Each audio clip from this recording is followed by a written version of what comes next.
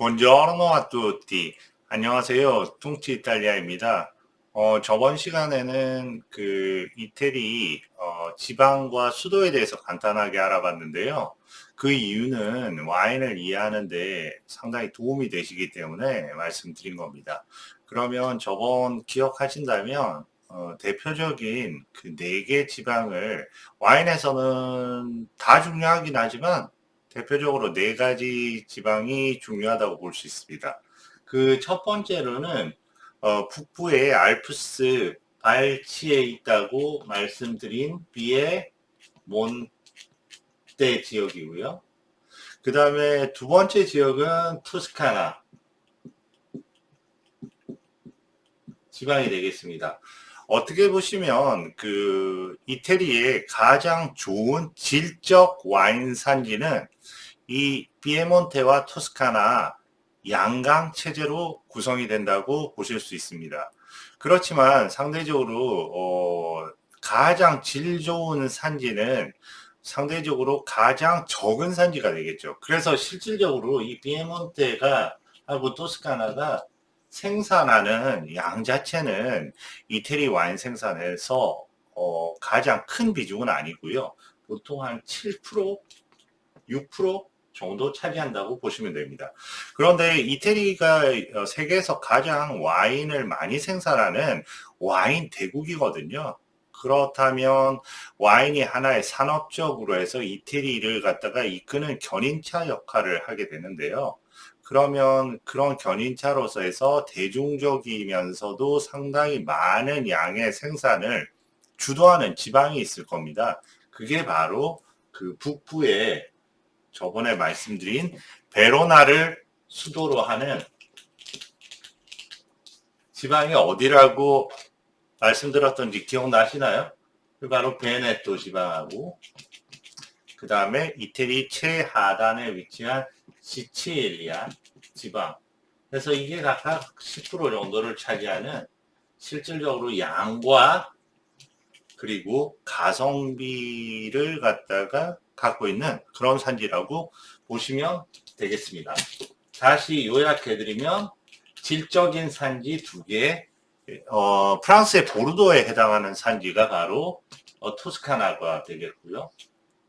프랑스의 보르도, 그 다음 프랑스의 부르고뉴에 해당하는 산지가 일종의 비에몬테가 되는 겁니다. 그리고 양적으로 양과 질을 다 겸비해서 산업적인 견인차 역할을 하는 베네토 지방, 시칠리아 지방 이렇게 있는 거죠. 그러면 여기에 대표적인 와인으로 보시면 가장 질적인 산지라고 여러분께 말씀을 드렸으니까 가장 질적인 산지로 해서 보면 피에몬테라는 지방에서 가장 질적인 대표 와인이 바로올로, 그 다음에 바르바레스코, 그 다음에 토스카나에서는 바로 브루넬로 디 몬탈치노, 그 다음에 기안티 클라시코. 자, 여기서 보면 벌써 여러 가지 이름이 나오는데요. 먼저 바로올로.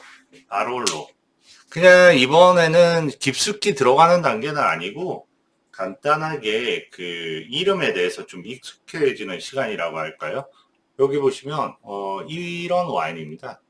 바롤로라고 이렇게 적혀 있죠. 바롤로. 그리고 보시면 이런 와인은 또 바르바레스코 이렇게 해서 여기는 생산자 이름이 나오는데요. 프로두토리 델 바바레스코.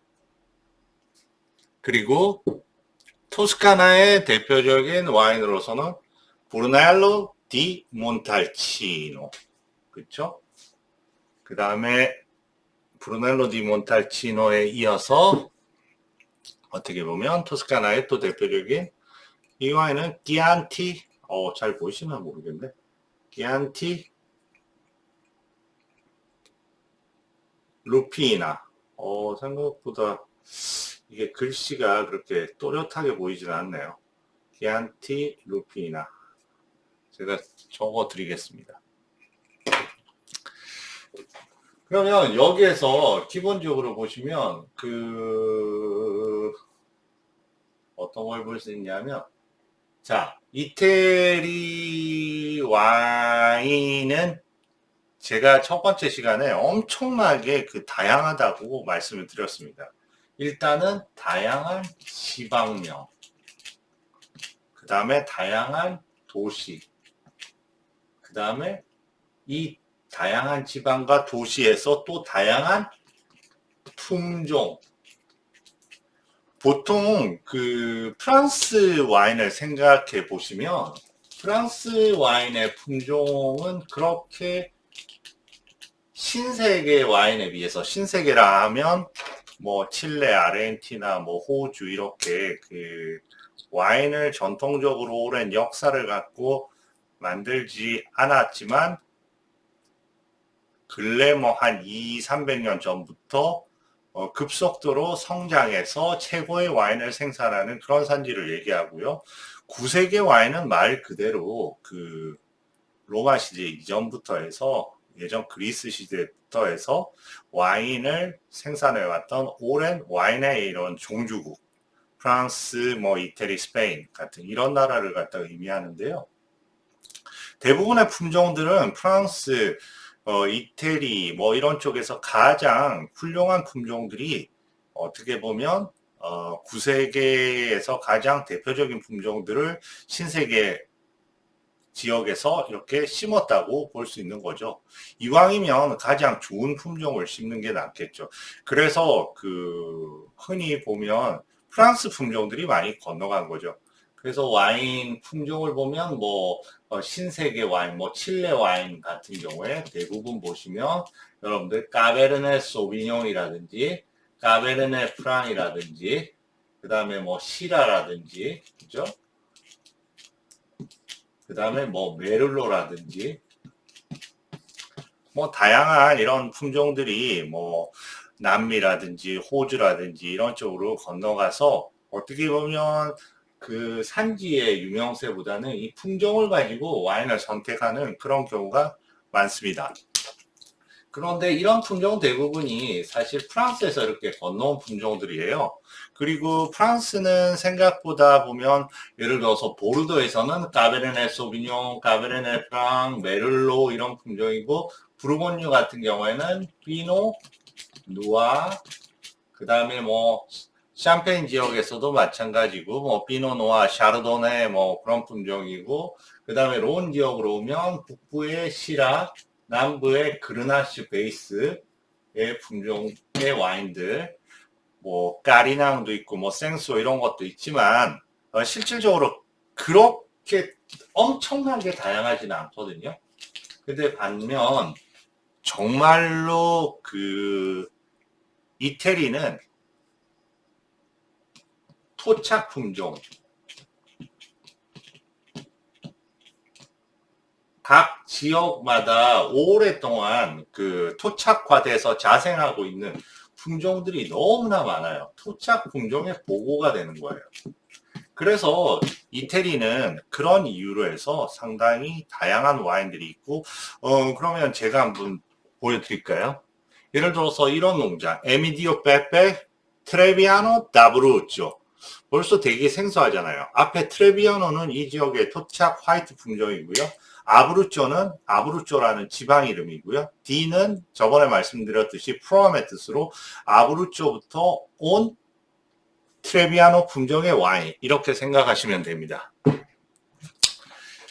그러니까 어떻게 보면 이태리는 이게 품종인지 이게 지방명인지 이게 다 너무 생소하기 때문에 그게 와인 한 병에 어떻게 보면 라벨이 이렇게 있으면 그 안에 우리가 너무도 생소한 단어들이 다 이렇게 한데 뭉쳐져 있는 거예요.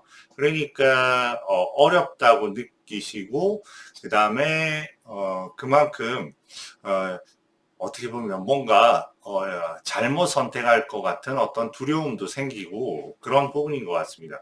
그렇지만 이태리의 와인 라벨은 마치 이태리의 책왕권을 읽으신다는 어떤 그런 느낌으로 하나하나 이렇게 분석해서 보시면 이태리어 공부도 되고 나름대로 상당히 재밌는 그런 어떤 또 다른 여정이 되실 것 같아요. 결국 와인이라는 것은 와인의 어떤 좋은 점은 와인이 어떤 우리가 쉽게 접해서 일단은 와인은 쉽게 마시면 되는 거잖아요. 마시면서 동시에 다양한 제가 봤을 때는 문화적 체험을 할 수 있는 것 같아요. 체험, 문화적 체험. 어, 현대에서 살면서 어떻게 보면 우리가 뭐 오페라를 즐기기 위해서나 아니면 어떤 미술 전시회에 갔을 때도 마찬가지겠지만 그 사전 지식이 어느 정도 있고 그걸 하나하나 알아가는 어떤 그런 재미들이 세월을 통해서 완성미를 가져다 주면서 그 작품을 궁극적으로 이해하게 될 때의 어떤 그런 행복감을 선사한다고 봤을 때 와인 역시나 처음에는 아마 와인을 드실 때, 그래, 와인 한 잔 이렇게 뭐 라벨 보면서 이렇게, 그래, 좀 뭔가 많은 어려움이 있는 그런 것들로 구성이 되어 있구나. 이렇게 생각하시다가 그 안에서 뭐 피렌체라는 단어를 발견하시고 그 안에 몇 가지의 아는 그런 단어를 점점 확보해 나가시다가 보면 어느 순간에 와인 한 병을 즐기는 것이 단순히 와인을 마시는 즉각적인 즐거움에서 보다 확장돼서 여러분들의 인생을 보다 풍요하게 만들 수 있는 또 그런 어떤 부분들이 뭐 다른 음악이라든지 이태리 문화에 대한 관심으로 연결될 수 있는 하나의 시발점이 될 수 있다고 저는 생각합니다. 그래서 와인 자체가 하나의 음식적인 어떤 미각적인 경험인과 동시에 어떤 문화적인 체험인과 동시에 다른 문화적 체험으로 갈 수 있는 확장성을 지닌다는 점에서 세월 속에서 와인을 품고 그걸 통해서 무언가를 배워나간다는 그런 즐거움이 있지 않을까 하는 생각입니다. 오늘도 12분, 거의 13분에 도달하네요. 이 정도에서 줄이고 다음 회에서 뵙겠습니다. 감사합니다.